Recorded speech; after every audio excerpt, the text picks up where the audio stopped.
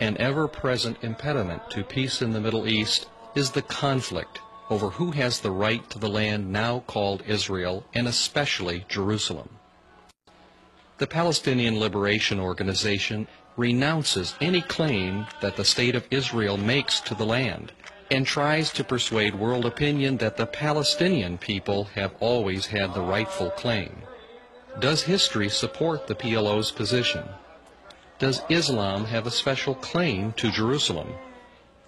Sheikh Professor Abdul Hadi Palazzi, head of the Muslim community of Italy with the largest mosque in the world, considers these questions. Professor, both the Palestinians and the Jewish people claim a title to the land that is now called Israel. Who's correct?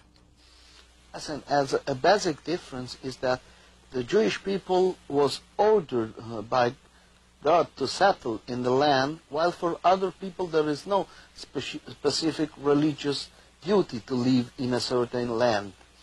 But another point that is interesting is that while the reality of the Jewish people is a known fact, the idea of the Palestinian people is something that was created recently for political reasons. We easily admit the existence of an Arab people, but claiming that those Arabs who live inside the Israeli territory are Palestinians and that they form a specific nationality is something that has no ethnic or historic basis, but is just based on recent politics. Even in my opinion, Arabs have the right to live in Israel, but of course, just like in every case, a Muslim must abide by the local law. So Arabs can have a right to live in Israel as long as they abide by the Israeli law, just like it happens to Arabs and Muslims who live in whatever part of the world.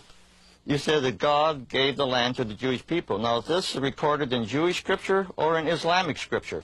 According to both of them, because we have both in the Bible and in the Quran that when the Jewish people was in exile in Egypt, it was freed from slavery in Egypt and asked to settle in the land of Israel. And it was the order coming by Moses, which was realized under Joshua. And there is no difference from this point of view from what is said in the Bible and what is said in the Quran.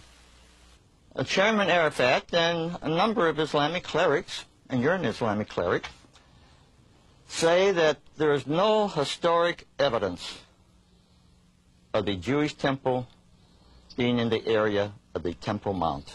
Is that correct? This is one of the examples of how the PLO propaganda works. It is based on both historical and religious revisionism, since claiming that there was no temple in the area of Temple Mount of today is both against the Bible and against the Quran and against all that is declared in Quranic, classic Quranic annotators and Muslim historians.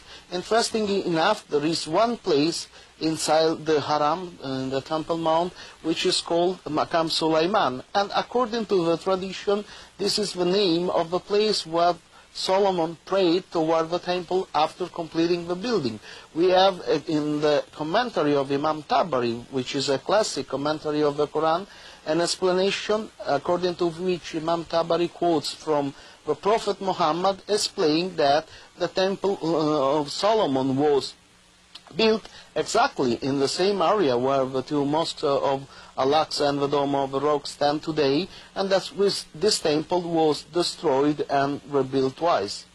Actually then, they are denying their own scripture, the Quran, when they make this claim. Of course, to support their Palestinian ideology, what they claim that the Mosque of Al-Aqsa is a national Palestinian sanctuary, as they say, they need to revise both the history of Islam and the basic sources of Islam.